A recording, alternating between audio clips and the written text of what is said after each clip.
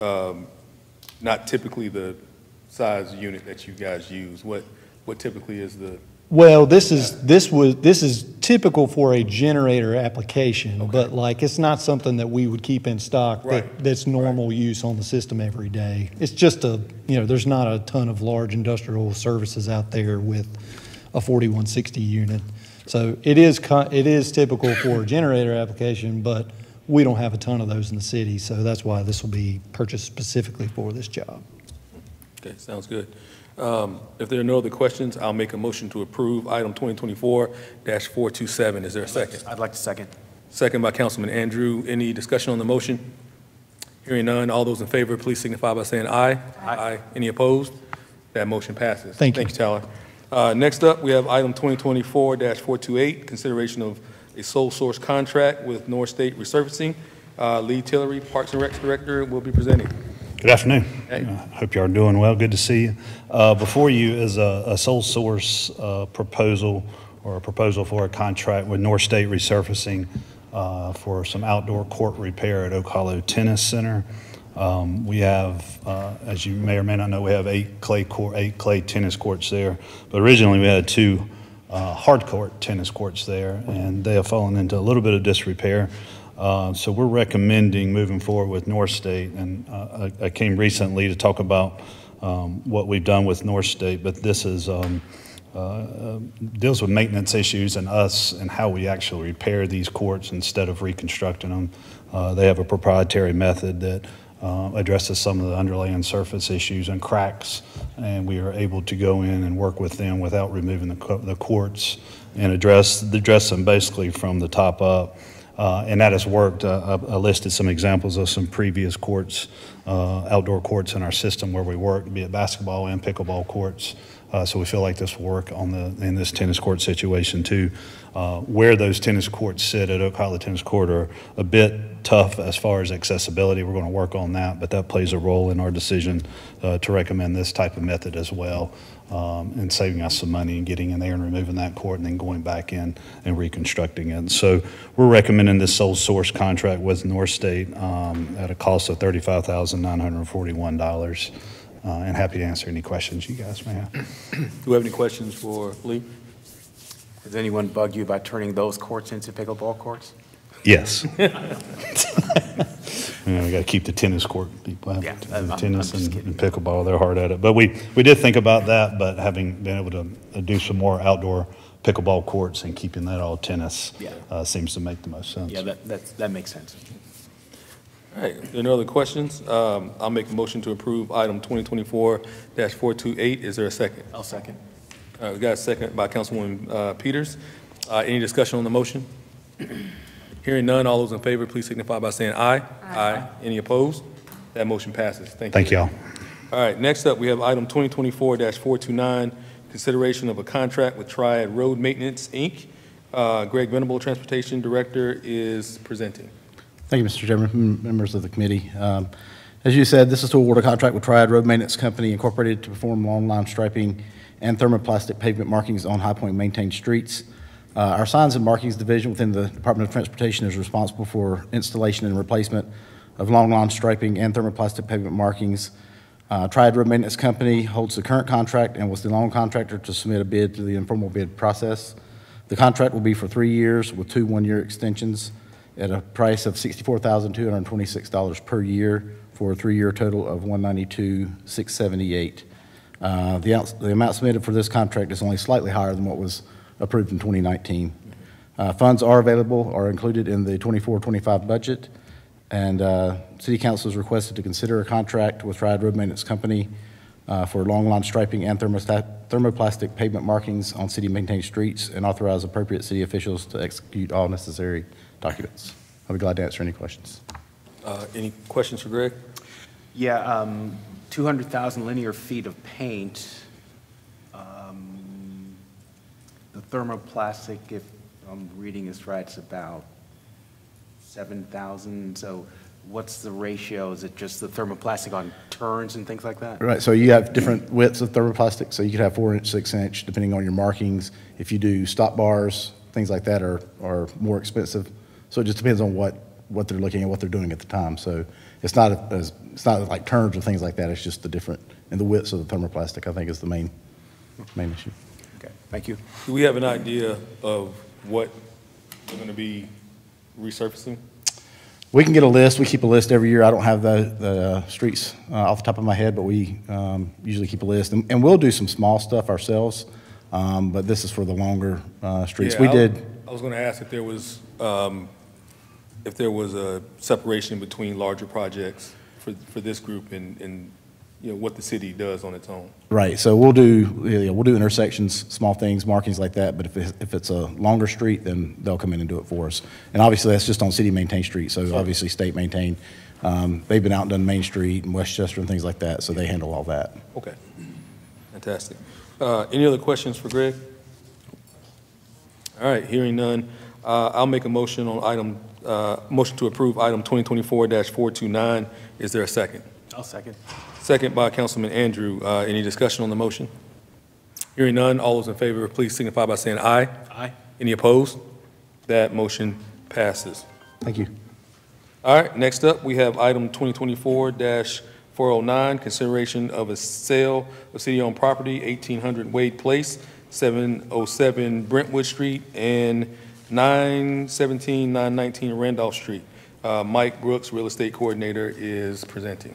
And Mayor Pro Tem, if I could introduce Mike. He has not come before the Finance. I was going to say, I don't think we've Yeah. seen. I don't think we've seen Mike. That's right. Thank you very much. So, Councilmember Andrew, Mayor Pro Tem, and Councilmember Peters, this is Mike Brooks.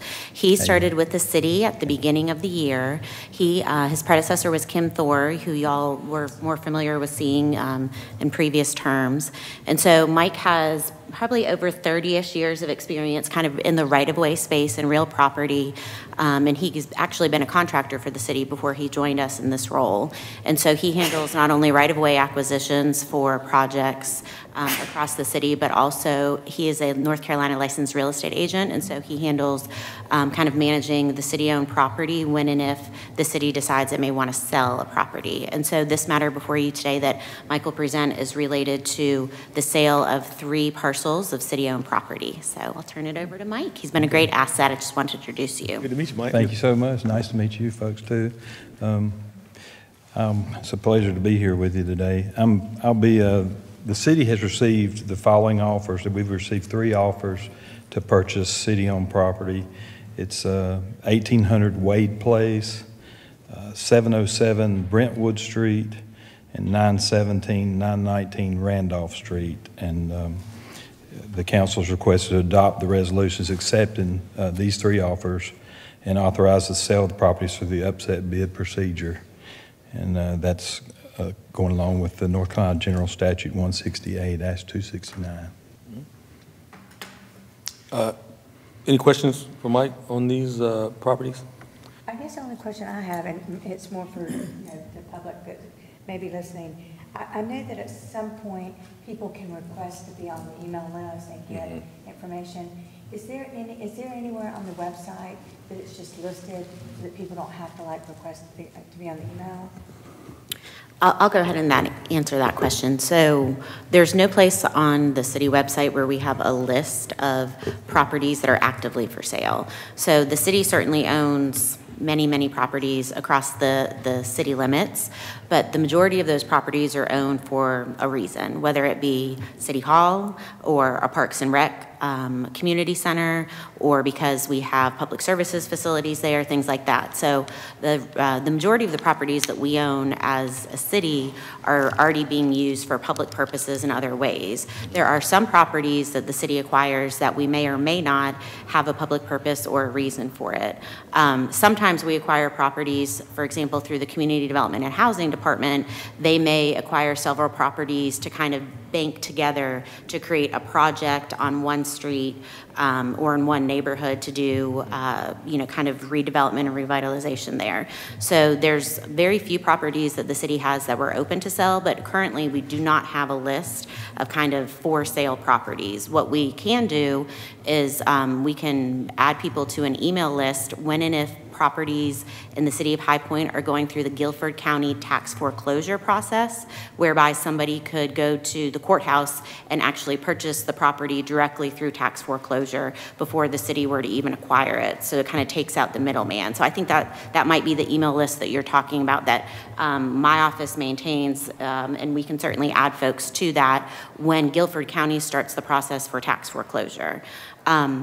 And so if anybody is interested, Mike is the first point of contact, but kind of we just want to be clear on, you know, the fact that the majority of the inventory that the city has is because it's being used for a public purpose for many, all the myriad issues that I mentioned. If there is a parcel that is either kind of listed or dedicated to a certain department, then if somebody is interested in it, we talk to that department director, and we also talk to the city manager's office. So we kind of have an internal process that says, if somebody's interested in a property, are we open to selling it? Because certainly the city is under no obligation to sell a property that we have, if we have a need for it. So it kind of goes through, Mike will be the first point of contact, and then he'll work internally through the department director if there's a specific department associated with that property, and directly with the city manager's office to kind of give the final approval if the city is even open to accepting an offer on it. And then once an offer is received, which is what we're doing here today, then we move forward under the general statute for the upset bid process. And it'll be, the clerk will advertise that we have now accepted an offer and that individuals can come in and make upset bids. And we follow the statutory procedure for that. Anything else to offer from? No, it's pretty complete, except for I think there's a misconception that there's a ton of city properties that are out there that are just sitting waiting to be purchased and that people should come make offers. Most of these have stormwater utilities, water, sewer, wetlands. I mean, there's a lot of reasons why they haven't sold up to this point, but then the city attorney, our office, and community development are really actively managing the other vacant lots as they come into the city's portfolio to try to assemble those, as Megan said. The other thing that we've really kind of put in process is that if it's less than a tax value offer, it's probably not going to be a good use of anybody's time. So for those that are looking for a $2,000 lot when it should be $12,000 or $15,000, probably is not going to move through the process at all, because if it's not hitting tax value, there's, it's just a reason where you would not want to do that. Even if it's for low income housing or, middle, whatever market housing, that's not a public purpose to just give away that value. So. Okay. Thanks. Thank you. So these 4 properties, to me, they're still under the upset bid process, so someone can come in and... That's right. So the first step in the upset bid process is for city council to approve the initial offer. So this is essentially an initial offer. All 3 of these are at tax value, where we've worked through that internal process, and we're now moving it forward for council to accept the initial offer and authorize us to go forward with the upset bid process. So like I said, it'll be advertised in the paper for 10 days, and people can come in. Mike will kind of walk them through the process of what an upset bid looks like, and people can make an upset bid for these properties. And then at the end of the period, then if nobody has made an upset bid, then this initial offer becomes the winning bid for purchase. Okay. Thank you, Madam Attorney. Any other questions for Mike or staff? All right, hearing none, I will make a motion to approve item 2024-409. Is there a second? I'll second. Second by Councilman Andrew. Any discussion on the motion? Hearing none, all those in favor, please signify by saying aye. Aye. Any opposed? That motion passes. Thank you, Mike. Thank Good to you. meet you. Thank you. All right, final item on the agenda today, item 2024-433. This is for information only. There will be no action taken on this, and we've got Stephen Howrick here, Budget and Performance Director. He's going to give us a presentation regarding the proposed changes to the application and funding process for nonprofits.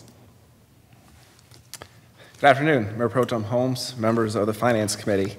This is a presentation on proposed changes to the annual nonprofit application and funding process. While this is for information only and there's no official action requested, since this committee does review the applications, we are kind of looking for some guidance or some kind of endorsement on our proposed changes. And if we're good to move forward, the plan is to implement them for next year's process. So if you recall, back in August, staff presented some evaluation scoring criteria, and there was kind of a robust discussion on the grader process at large. Since that time, we've reviewed kind of how our process works and also looked at what some other governments are doing with their nonprofit processes, and then we come before you with a few changes. And so these are just kind of the areas of the application process that we're going to discuss. We're going to talk about the timeline, public purpose, applications and materials, the amount requested and allocated, and the application review. This covers most of the areas, but it doesn't cover every minute detail of the process because if there's no really major change or anything of impact, we didn't feel we needed to put it on a slide. So first, talking about the timeline. So under the current process, the application period opens in January. Applications have been due to us usually in early February, about a 5 to 6 week timeline for organizations to complete. We compile those materials, make sure everything that's required has been submitted, and get those to the Finance Committee members usually by mid-March. So our proposed change is to shorten the application window by about a week to about an approximately 4-week timeline. We're receiving more applications. More applications means more staff time to make sure everything's correct and compiled. This is also in the middle of when we're receiving budget requests from other departments. So there's just a lot going on in the budget evaluation department at this time. And we just feel this would be a more efficient process with our existing capacity. It does give 4 weeks. Historically, a lot of organizations are kind of submitting near that deadline anyway, and so we feel that going from 5 or 6 weeks to 4 weeks wouldn't have a negative impact on the timeline organizations have to submit an application to us. The next area deals with public purpose. Currently, our public purpose, we kind of talk about it in our guidelines and application, and the real deep dive review usually happens, as recommendations are being made or funds are being awarded. But, the city attorney has raised some concerns, and we've had some discussions on what those public purpose requirements are for the organizations that are applying for and ultimately receiving funds. And so our proposed changes are to really emphasize public purpose requirements in our guidelines, in our application. During our process, we have a technical workshop that kind of walks organizations through the application and what they're applying for and kind of all the ins and outs of the process. So we would talk about it then. We discussed with the city attorney where she would present during that technical workshop about public purpose requirements. Some of the organizations may not know really the specific, general statute ins and outs. And so this would give us an opportunity just to present some information just so they're better informed. Another addition would be budget evaluation staff would review the applications prior to bringing them to the Finance Committee for their review to see if they meet that public purpose. The city attorney's office has produced a memo that kind of had here's a green light, here's a yellow light, here are red light or red flags. And so we would go through that. Anything that was a clear red flag, we would send back to the organization. If they can modify it, we don't want them to be disqualified from receiving funds for something that may not know, the legal requirements. But if we can say, this is clearly what you can spend your funds on, and this is what you can't, we think that can be better served later in the process when funds are awarded. This is also something that we'll probably review with the city attorney's office on an annual basis. Myself and my staff are not attorneys, and so how I interpret statutes may be different from how Ms. McGuire interprets statutes, but we can just have discussions and really fine-tune that on an annual basis. Moving on to the application and materials. So currently we have an online application that our Information Technology Services Department puts together, and it's available on our city website. In addition to filling out the application, we ask organizations to provide their current board of directors, an IRS 501c3 status, nonprofit status certification letter, and an annual audit or a board-approved financial statement. Some organizations are too small to really do an official audit, but we do want something that at least been reviewed by at least their board, so we kind of have that review before we're looking in their financials, or if you are looking at their financials as part of your review. And then we also hold a technical workshop after the application period opens. That's usually the first full week after the period has opens, and we'll continue to do that. So for the application of materials, no proposed changes. We think keep it as is. We'll continue to fine tune the questions to make sure they fit with council's vision, council's strategic plan, things of that nature, but nothing major in this aspect of the process that we're proposing to change at this time. Moving on to the amount requested and allocated. And so currently there are no limitations for how much an organization can request, and funding is the equivalent of 1/3 of 1 penny on the property tax rate for the current fiscal year. That's about $454,000. So some proposed changes here. Requests cannot exceed 15% of how much funding is available. So 15% of that 1/3 of a penny. So if we followed this for FY 25-26, the most an organization could ask for would be $68,123.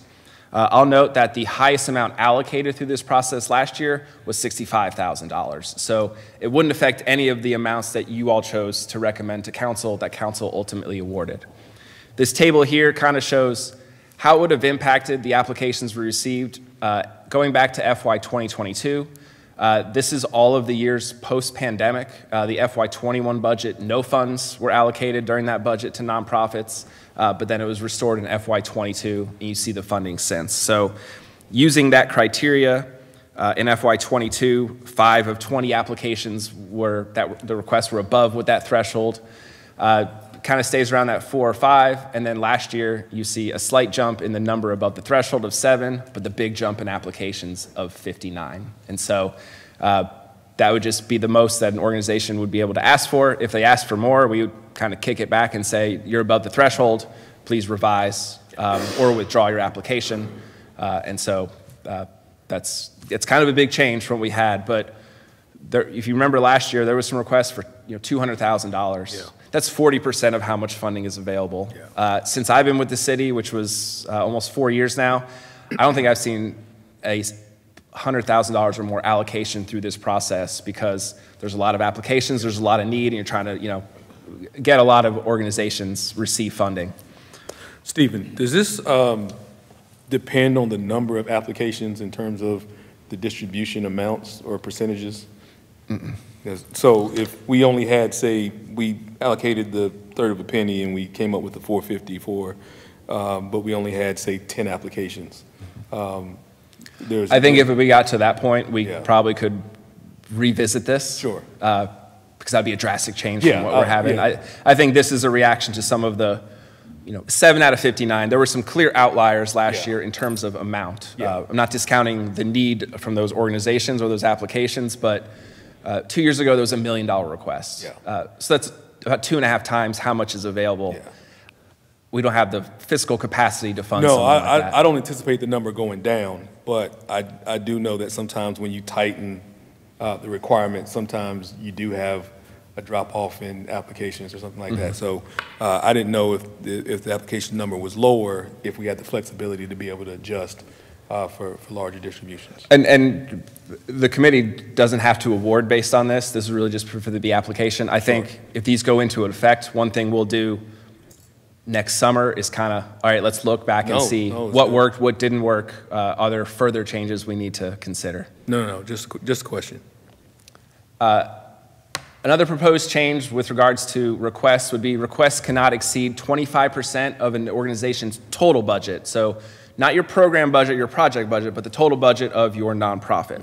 So if this was in effect last year, it would have affected 11 of the 59 applications. So still, it's not really affecting a large deal then.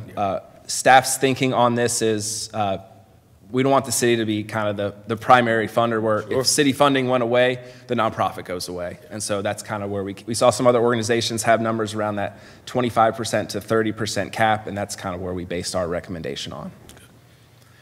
And then lastly, funding is limited to 3 years for a project or program. And so this doesn't mean an organization can't receive funding for more than 3 years in a row, but if they're providing a food pantry and a tutoring program, and I just pulled those, it's no specific organization. If they did for the tutoring program for 3 years, then they could apply for the food pantry or something like that. So just to give you all some more flexibility and maneuverability with how funds are being allocated, so it's not just, general operating support as well. I think the city attorney's arguments on public purpose are, it's really program-based, and so this would hopefully really narrow those applications to also be program-based and to meet that kind of green flag criteria. I have a question on the 3 years. So that means that on year one that they receive the funding, they have 3 years to implement and complete the project or program. They wouldn't get that same amount of funding for the 3 years in a row. They could get up to 3 years, Okay, yeah. okay. So if they got, funding for a food pantry for 3 years in a row, in year 4, they wouldn't be eligible to apply for city funding through this process for that same program. But year 2, if they met all their benchmarks for year 1, then they would be more likely to receive it year 2 because they're showing us that. That'd be something that you all could consider through your review of the applications. Okay. So this will be very new. We'd probably use next year's process as the year 1 for everyone, because no one's known about it, so we're not going to, make it retroactive. But that's how we would start tracking it if it went into effect. Stephen, in terms of informing our nonprofit applicants about the change in process, what is the mechanism that you guys are going to use to inform the nonprofit community? So currently our plan is, if we kick off the process in early January, that's when the application would go live. So in December, we'll probably notify folks. We have a big email list of folks that have applied in the past. We'd say, here's when we're going live. We'll provide a link at that time. Here's when the technical workshop is going to be. Give folks, good heads up on that. And probably have our guidelines already laid out and probably in some sort of bullet point format, let them know, hey, here are changes to next year's process. Then when we kick off the process, again, really emphasize any changes or things we're focusing on. And during that technical workshop, again, just highlight those changes. I think if we receive applications that are missing some of these potential new thresholds, we're not using this to say, all right, well, you're disqualified, and that's one less application. I think in year 1, it's really, make sure folks are informed of the changes to the process so they can focus more time on what they're submitting for you all to review. Sounds good. All right, thank you. Any other questions for Stephen? I still have a couple. Oh, I'm sorry. Oh, it's okay. No. You said lastly. I was like, I didn't know that was the last slide. Sorry. I actually wrote lastly on this one. So on the application review, so currently the materials are compiled by Budget and Evaluation. We make sure that every box that they've had to check has been checked. We submit it to the Finance Committee members. You all review them, make a recommendation to Council. Council awards the funds. And so the only real proposed change here is that we're going to continue to review the submissions for the required materials, and we're going to have that added review of public purpose to make sure that they're meeting that requirement in some way, shape, or form. So no funds get allocated for something that wouldn't meet that public purpose threshold. And then again, the application and the materials will all be provided to Finance Committee members for your review and ultimate funding recommendations to the full council. And that is the end. I'm happy to answer any more questions. And again, if no official action, but we're just if you guys feel this is good direction, we're ready to implement them for next year's process. Yeah. No, just a few comments. Timeline, highly endorsed. The public purpose, very multiple thumbs up, because I think when I was going through the applications, there was always a question mark on, like, is it really a public purpose? So once we clarify that to the organizations, I think that'll be great. And then the amount requested, I think that's outstanding, because, again, it would help the organizations know what they can ask for and sort of give some boundaries and guidelines and help us allocate the funds as efficiently as possible. So I'm highly recommend, I really like that fourth slide, the one with the amount requested and the, showing people what we, what we have to give, so we don't have the $1 million asks anymore. So in general, I'm very happy with this package, and I think it'll give some good guardrails for this process moving forward. Yeah, and I just want to say thank you so much. That was so well done. For some of us who've been doing this for many years, every year we say we need to kind of change, and then, you know, you get through budget, and then everything's happening. But anyway, one thought that I would like to say is, I'd like this to be implemented as soon as possible, and then let these nonprofits know, because if they know now, because like the 25%, so that gives them 2 months to secure 75% funding so that they can fit into that 25% of their operational expenses that they're asking. So I just think that the sooner we can do that, that gives them a little bit more time. This is the time of giving, and this is where a lot of folks are giving to nonprofits. So I think this gives them a really good opportunity to take advantage of that, if that's doable. I think before Thanksgiving, we could get an email out with kind of, here's some proposed changes in next year's process. Here's the, you know, here's what you're going to hear about in December, and here's when we're going to kick off things in January. Yeah, fantastic. Good point, Monica. Yeah, thank you. Any other questions? All right, well, that was our final item for today. And does anyone have anything that they would like to announce before we adjourn? Nope. All right, well, there's nothing else to come before the Finance Committee. We are adjourned. Better?